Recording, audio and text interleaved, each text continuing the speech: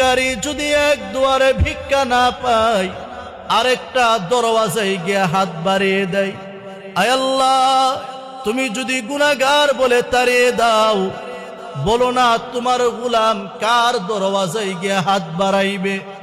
রে পয়গম্বর মুসা এইভাবে যখন গুনাহের জন্য অনুতপ্ত হইয়া আমি আল্লাহর কাছে কান্না করেছে, সকাল বেলার গুনাহগারটাকে আমি আল্লাহ বিকাল বেলায় জামানার সবচাইতে বড় নেককার হিসেবে কবুল করে নিলাম।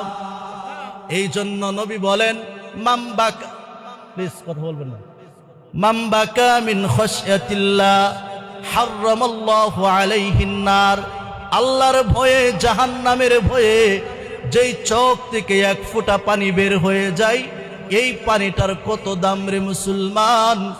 আল্লাহর নবী বলেন ইয়াউমুল মাহশার, কিয়ামতের মাঠ যখন কায়েম হয়ে যাবে, আল্লাহ পাক এই জাহান্নামকে 7 তবক জমিনের নিচে অবস্থান করে রেখেছেন। সেদিন আল্লাহ ফেরেশতাদেরকে আদেশ করবেন, ফেরেশতারা জাহান্নামকে ধরে হাসরের বাম পাশে উপস্থিত করো। মুসলমান গভীর মনোযোগ দিয়ে শুনবেন, ফেরেশতারা জাহান্নামের শিকলে ধরে আছে। আল্লাহর অসংখ্য অগণিত ফেরেশতা, এক একজন ফেরেশতা কত শক্তিশালী হবে। এই জাহান্নামের নাকের মধ্যে 70,000 শিকল লাগানো আছে, আর প্রত্যেকটা শিকলের মধ্যে 70,000 আংটা আছে, আর প্রত্যেকটা আংটার মধ্যে 70,000 করে ফেরেশতা ধরে রাখবে। কিন্তু আল্লাহ যখন আদেশ করবেন, জাহান্নাম একটা লাফ দিয়ে হাসরের ময়দানে দাঁড়িয়ে যাবে। আল্লাহ রব্বুল আলামিন দেখবেন জাহান্নাম সেদিন তার আসল রূপ প্রকাশ করবে। যেদিন সূর্যটা মাথার অর্ধ হাত উপরে চলে আসবে, নিচের জমিনটা তামার হয়ে যাবে। যেদিন কেউ কাউকে চিনবে না, আপন বলতে কেউ থাকবে না।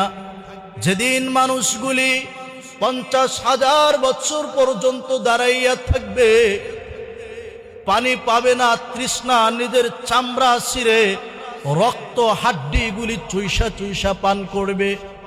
সূর্যের তাপ যখন ছেড়ে দিবে, মানুষগুলি পাগল উলমাতের মতো হয়ে যাবে, চিৎকার করে করে বলবে নবী কই, নবী কই।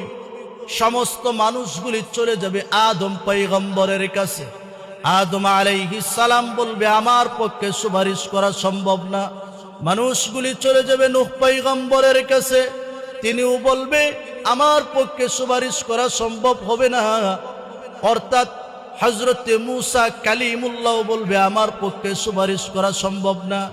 ইব্রাহিম খলিলুল্লাহ বলবে আমার পক্ষে সম্ভব হবে না। ঈসা রূহুল্লাহ বলবে আমার পক্ষে সম্ভব হবে না। সমস্ত মানুষগুলি যেদিন কেউ কাউকে চিনবে না, সমস্ত